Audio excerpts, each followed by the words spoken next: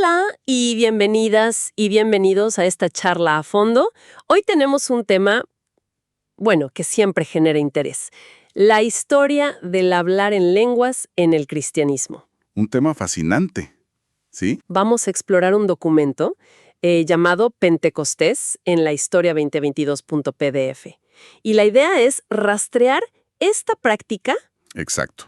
Ver qué dice esta fuente sobre su presencia a lo largo de los siglos. Claro, porque uno tiende a pensar que esto es algo muy del principio, ¿no? Del libro de los Hechos. O si no, ya saltamos al siglo XX con el pentecostalismo, como si hubiera un gran silencio en medio. Justamente. Pero este texto dice otra cosa, sugiere que no, que hubo una continuidad. Una presencia constante, aunque quizás no siempre tan visible. Y arranca fuerte, citando Hechos, diciendo que el Espíritu Santo y sus manifestaciones, bueno, nunca se detuvieron desde Pentecostés. Correcto.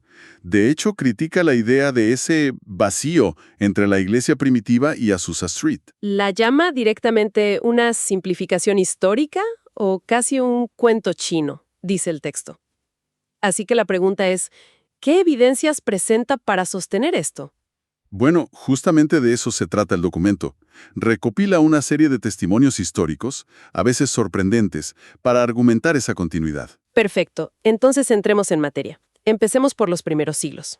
La fuente menciona figuras clave. Ireneo, por ejemplo. Ajá, Ireneo de León, siglo II, un obispo importante. Él escribió, según esto, sobre hermanos con carisma profético. Sí, y que por el Espíritu hablan en todo género de lenguas. E incluso revelaban secretos o interpretaban misterios divinos. O sea, ya en el siglo II, un líder reconocido hablaba de esto como algo real. Y no solo eso. Fíjate que la fuente también cita a Celso, un filósofo pagano. El mismo, un crítico del cristianismo, de fines del siglo II. Y él observó que los cristianos de su época hablaban en lenguas. Mira vos, tener una fuente externa, aunque sea crítica, le da otro peso, ¿no? Sin duda, sugiere que era un fenómeno conocido fuera de la iglesia misma. También está Tertuliano, principios del siglo III, otro pesado. Claro, Tertuliano, defendiendo la fe contra Marción, argumentaba que los dones espirituales, y menciona las lenguas específicamente, Eran como una señal, ¿no? Una característica de la verdadera iglesia en su tiempo. tal cual. De hecho, el texto cita ese desafío a Marción, donde Tertuliano le dice, más o menos, a ver, que Marción muestre dones así, un salmo, una visión, una oración, pero que sea por el Espíritu, en éxtasis. ¡Qué fuerte! Lo ponía como una prueba de autenticidad. Exacto. Y la lista sigue en esos primeros siglos. Se menciona a Orígenes, el teólogo de Alejandría. Que aunque complejo teológicamente, sus escritos, dice la fuente, dan testimonio de que estos dones existían y eran válidos en su entorno. Ajá. Y Novaciano, un presbítero romano del siglo III que incluía dirigir el hablar en lenguas entre las obras del Espíritu para perfeccionar la iglesia. Incluso mencionan a los montanistas. Sí, un grupo del siglo II que la iglesia mayoritaria consideró heterodoxo, en parte por su énfasis en la profecía continua y, bueno, en hablar en lenguas. Entiendo. Entonces, el panorama que pinta la fuente para esos primeros siglos es de una práctica, digamos, conocida, defendida por algunos líderes, notada por externos y central para ciertos grupos, aunque quizás ya con debates alrededor. Precisamente. Pero acá es donde la cosa se pone más interesante o más compleja, según cómo se mire.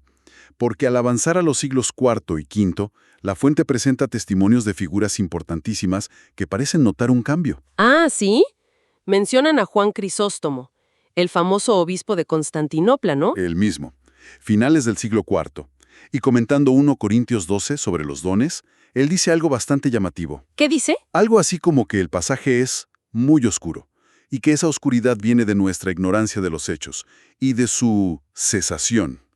Dice que antes ocurrían, pero ahora ya no ocurren. ¡Wow! ¿Habla específicamente de lenguas? Sí, describe cómo antes, al bautizarse, la gente recibía el Espíritu y hablaba en lenguas que se entendían, como persa, romano, indio, dice él. Increíble. Y Agustín, él también es de esa época más o menos. Exacto, Agustín de Hipona, principios del siglo V, una figura monumental. Y él también, según la fuente, testificó que en su iglesia y en su tiempo ya no se esperaba hablar en lenguas al recibir el Espíritu. O sea, también habla de cesación. Admite que antes ese era el caso, pero que ya no. E incluso, y eso es interesante, usa esa aparente ausencia para argumentar contra grupos herejes que sí lo practicaban. ¿Cómo? Bueno, diciendo que como no eran católicos, les faltaba amor, y por ende el espíritu, y que de todos modos ya nadie esperaba hablar en lenguas. Una lógica un poco circular, ¿no? Sí, bastante. Pero entonces, ¿cómo conciliamos esto? La misma fuente muestra a Ireneo, Tertuliano, diciendo que era actual, y luego a Crisóstomo y Agustín diciendo que ya no, o al menos no en sus círculos. Es la gran pregunta que plantea el texto.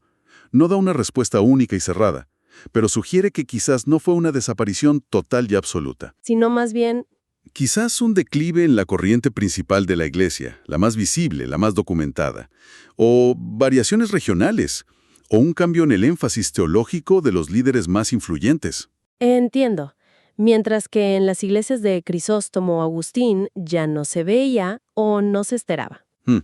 Pudo haber continuado en otros grupos, quizás en comunidades más pequeñas o en aquellas que la Iglesia dominante etiquetaba como marginales o incluso heréticas. Y de hecho, el texto sigue por ahí. Menciona que hubo reportes de glosolalia, bueno, de hablar en lenguas, entre grupos medievales. Correcto.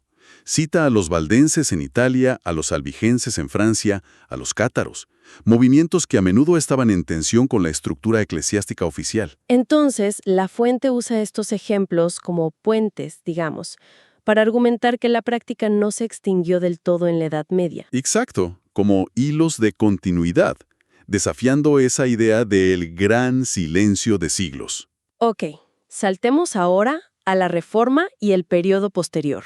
Después de 1500, la fuente sigue encontrando rastros. Sí, y bastantes. Enumera una variedad de grupos donde se habrían reportado fenómenos similares. Por ejemplo, Menciona a algunos anabautistas, que eran parte del ala más radical de la Reforma, también a los hugonotes, los protestantes franceses, sí, he leído algo sobre ellos. especialmente un grupo dentro de los hugonotes, los camisardos, también llamados profetas del Cévenes, entre los siglos XVII y XVIII. ¿Qué se decía de ellos?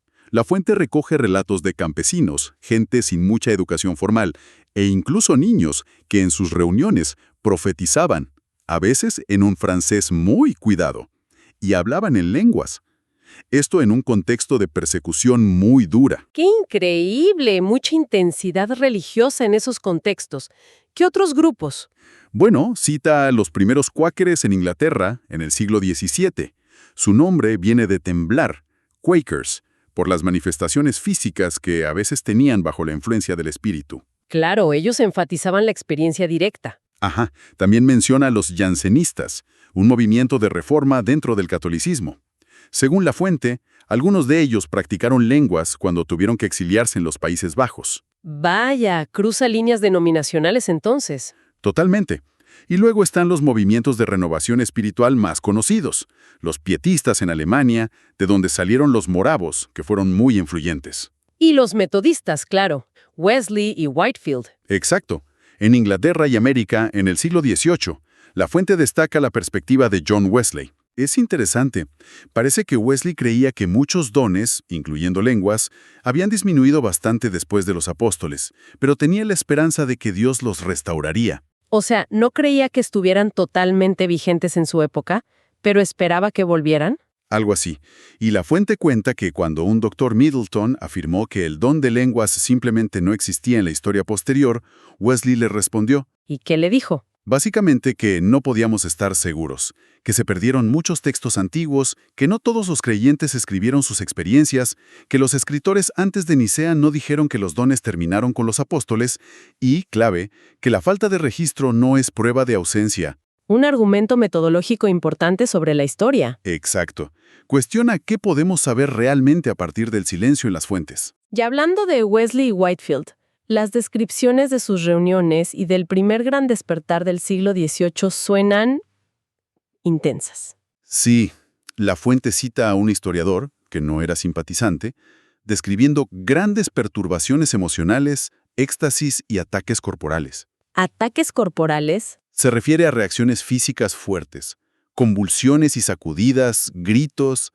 Eran reuniones muy emotivas, con mucho énfasis en sentir la presencia de Dios de manera tangible. Me imagino. ¿Y esto los lleva al siglo XIX? ¿Siguió esta línea? Según el texto, sí, incluso con más fuerza durante el segundo gran despertar en Estados Unidos, más o menos entre 1790 y 1850. Las famosas reuniones de campo, ¿no? Los camp meetings. Esas mismas, especialmente en lugares como Kentucky. Las descripciones son de gente llorando, gritando, temblando, cayendo al suelo, lo que llamaban postración. He visto ilustraciones de eso. Gente como desmayada. ¿Sí? Y a veces se reportaba gente corriendo, danzando, en estados de éxtasis. Y esto no era de un solo grupo. Participaban metodistas, bautistas, algunos presbiterianos y la gente del movimiento de santidad que estaba surgiendo. Un ambiente de mucho fervor y expresión física. Totalmente. Y en ese clima, argumenta la fuente, no es raro que ocurriera el hablar en lenguas, aunque quizá no siempre se le llamará así o se registrara específicamente. Los observadores no lo identificaban como tal. A veces, quizá no, o lo mezclaban con otros fenómenos extáticos. Un historiador que cita el documento dice que, a lo largo del siglo XIX, el hablar en lenguas ocurrió, de vez en cuando, en diversos lugares, pero a menudo sin distinguirlo claramente de otras manifestaciones. Pero la fuente da ejemplos más concretos del XIX, ¿verdad? Sí, sí. Menciona, por ejemplo, un avivamiento en la Universidad de Georgia, allá por 1800, donde se dijo que estudiantes gritaban y hablaban en lenguas desconocidas. En una universidad. Curioso. Y también grupos luteranos en Alemania, seguidores de un tal Gustavo von Bilau. Y luego, un caso muy documentado que destaca la fuente, los Irvintitas. Ah, sí, los mencionaste antes, brevemente. Surgieron en Londres, ¿no? Exacto, en los 1830s, alrededor de Edward Irving. Ellos pusieron mucho énfasis en restaurar los dones apostólicos, incluyendo lenguas y profecía.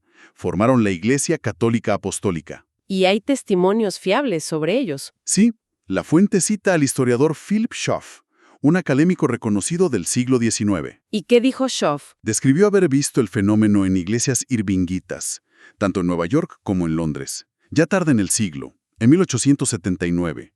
Habló de palabras interrumpidas e ininteligibles, pero dichas con sonidos anormales, sorprendentes, impresionantes, en un estado como de inconsciencia y rapto. ¡Qué descripción tan vívida! Y de un observador externo y académico. Exacto. Muestra que la práctica seguía viva y llamaba la atención. El texto también menciona de pasada a los hermanos de Plymouth, a un grupo en Suecia llamados Lectores, avivamientos en Irlanda en 1859 y de nuevo el movimiento de santidad en el sur de Estados Unidos. O sea, el panorama del siglo XIX que pinta la fuente es de, bueno, una persistencia notable en contextos muy diversos. Así es, grandes avivamientos, grupos más específicos, movimientos de renovación. En Europa, en América. Todo esto, según el texto, prepara el escenario para lo que viene después, a principios del siglo XX. Claro, pero acá la fuente hace una aclaración importante, ¿no? Sí. Reconoce que, a pesar de todos estos antecedentes históricos que enumera, justo antes de 1900 no había un movimiento organizado que enseñara una doctrina muy específica. ¿Cuál doctrina? La de que hablar en otras lenguas era la señal inicial y necesaria de haber recibido el bautismo en el Espíritu Santo. Existían las experiencias, sí, pero no esa teología tan particular como eje central. Entiendo la diferencia. Una cosa es la experiencia esporádica o en ciertos grupos y otra es una doctrina fundamental de un movimiento. Exactamente. Y esa distinción es el puente hacia el evento que la fuente, como muchas otras historias, marca como el inicio del pentecostalismo moderno. Estamos hablando de Topeka, Kansas, 1901. Correcto. El Instituto Bíblico Bethel, dirigido por Charles Parham. La fuente cuenta esa historia conocida. Parham les pide a sus estudiantes investigar en la Biblia cuál es la evidencia de ser bautizado en el Espíritu. Ajá. Y según el relato que presenta la fuente, ellos concluyen, de forma unánime, que la evidencia eran las lenguas, y que se recibía por imposición de manos. Y entonces llega el momento clave.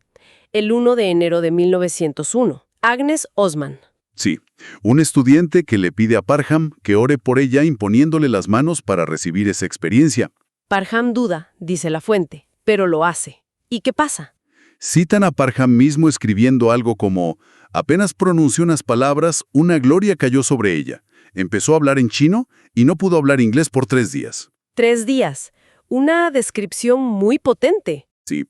Y según Parham, en los días siguientes, muchos otros estudiantes tuvieron experiencias parecidas. La fuente ve este evento en Topeka como el nacimiento de esa doctrina específica. Lenguas como la evidencia inicial. Y de ahí, el siguiente paso es Azusa Street. Claro. Pocos años después, 1906 a 1909, en Los Ángeles. El avivamiento de la calle Azusa. Que empezó de forma muy humilde, en un entorno multirracial. Y se convirtió, según la fuente y la historia general del movimiento, en el epicentro.